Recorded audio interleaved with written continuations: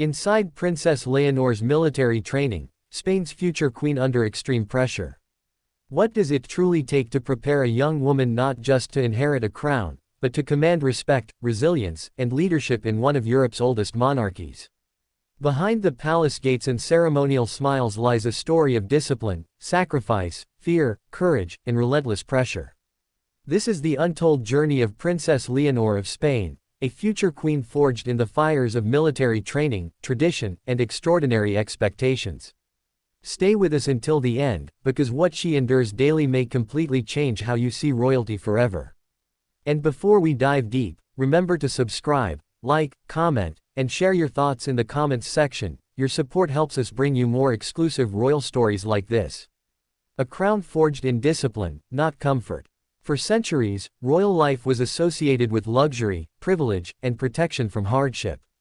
But modern monarchy demands something radically different: service, sacrifice, and preparation under pressure.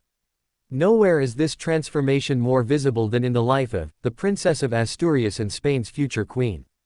Born into a nation shaped by history, democracy, political tension, and social change, Leonor's path was never meant to be easy. From her earliest days, her parents made a deliberate choice: their daughter would not grow up shielded from responsibility. Instead, she would be prepared, physically, mentally, emotionally, and morally, to rule. This philosophy reached its most dramatic expression when Leonor entered military training, a rigorous, demanding process designed to mold not just soldiers but leaders. Why military training is essential for Spain's future monarch. Unlike many modern monarchies where royal heirs receive symbolic military exposure, Spain maintains a deep-rooted tradition: the future monarch must undergo full military education. This tradition is not ceremonial. It is essential. Spain's king or queen holds the constitutional role of commander-in-chief of the armed forces. This means that Leonor must fully understand military discipline, hierarchy, logistics, leadership, and national defense. She must earn respect, not through birthright alone, but through competence and shared experience. Her military training ensures that she understands the realities faced by Spanish soldiers. She learns discipline, resilience, and obedience. She develops leadership under pressure. She earns credibility within the armed forces. In short, she is being trained not just to reign, but to lead. Entering a world of discipline, the first shock. When Leonor first stepped into military academy life, the contrast with royal residence life was immediate and jarring. Gone were palace comforts. Gone were private spaces, personalized schedules, and constant protection. Instead, she entered a tightly controlled environment where everyone is equal. She wore the same uniform, followed the same rules, endured the same physical strain, and faced the same punishments for mistakes. From early morning wake-up calls to exhausting drills, every day became a test of endurance. Sleep deprivation, physical exhaustion, emotional pressure, and strict discipline became her new normal. And perhaps the hardest part: no special treatment. If anything, expectations were higher. Because everyone knew who she was. And everyone watched. The physical toll, training the body to its limits. Military life pushes the human body beyond comfort and familiarity. For Leonor, this meant relentless physical conditioning. Daily routines included long-distance running, strength training, combat simulations, endurance drills, tactical movement exercises, weapons training, survival exercises. Each activity demanded peak physical performance. Muscles burned, lungs strained, blisters formed, fatigue accumulated. Yet she persisted. Every fall, every failure, every ache became another lesson: future queens must not break under pressure. The psychological battle, pressure few teenagers could endure. If physical exhaustion is visible, psychological strain is far more hidden, and often far more dangerous. Leonor entered military training while still in her teens, an age when most young people are discovering identity, building friendships, and exploring independence. Instead, she faced intense public scrutiny, constant evaluation, high expectations, enormous national responsibility, emotional isolation. Her mistakes became news. Her progress became public debate. Her emotions, rarely visible, became subject to speculation. Every step she took was judged, analyzed, and compared. Could she lead? Was she strong enough? Was she too fragile? Too serious? Too soft? These questions echoed far beyond training grounds, shaping public narratives and internal pressures. Yet Leonor endured, quietly, steadily, and with remarkable composure. Leadership under fire, learning to command, not just obey. Military training is not only about discipline, it is about leadership. Leonor's curriculum includes tactical decision-making, strategic thinking, and crisis response training.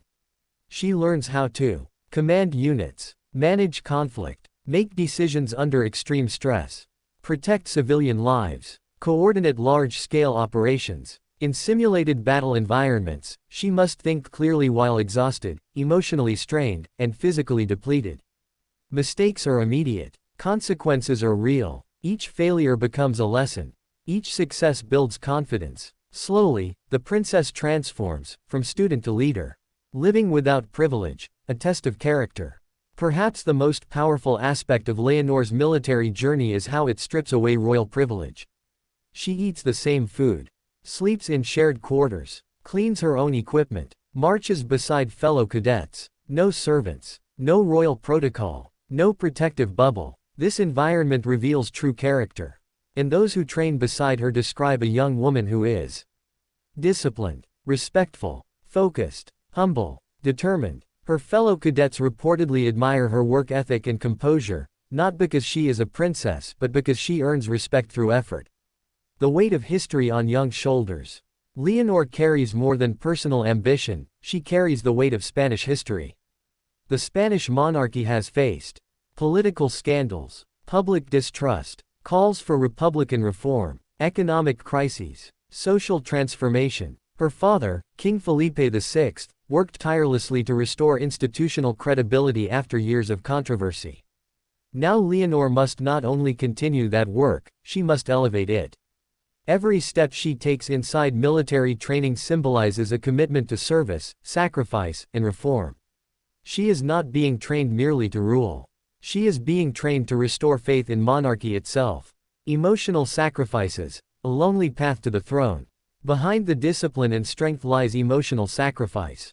Military training separates Leonor from family, childhood friends, normal teenage experiences, privacy, emotional freedom. She misses birthdays. She misses family gatherings. She misses quiet moments of anonymity. While others her age explore freedom, Leonor embraces responsibility. And that, perhaps, is the greatest sacrifice of all. Queen Letitia's influence, tough love and relentless standards. Much of Leonor's discipline is shaped by her mother, Queen Letizia, a former journalist known for her sharp intellect, resilience, and uncompromising standards. Letizia believes that future queens must be educated, emotionally intelligent, independent, strong-willed, socially conscious. Her parenting style emphasizes accountability, emotional strength, and humility. From childhood, Leonor learned that royalty is not privilege, it is service. Military training is the ultimate extension of that philosophy. Preparing for crisis, when training becomes survival. One of the most intense components of Leonor's training involves crisis management. She learns to respond to national emergencies, coordinate disaster relief, manage evacuation procedures, lead during military conflict, communicate calmly during chaos. These simulations are brutal. Noise, confusion, pressure, time constraints. And in every scenario, Leonor must remain composed, because real lives could one day depend on her decisions. Public opinion, admiration, skepticism, and hope. Across Spain, Leonor's military training has generated powerful reactions. Supporters admire her discipline and maturity. They see in her a symbol of renewal, a monarchy evolving with modern values. Critics argue that military training is outdated, unnecessary, or symbolic. Yet even skeptics acknowledge one thing: her commitment is undeniable. In a world increasingly skeptical of inherited power, Leonor is earning her authority through effort. The transformation, from princess to future queen. Those who observe Leonor closely describe a remarkable transformation. She entered training as a composed but reserved young woman. She emerges more confident, more physically capable, more emotionally resilient, more mentally disciplined, more aware of national responsibility. Her posture changes. Her gaze sharpens. Her presence commands attention. She is no longer simply a princess. She is becoming a queen in preparation.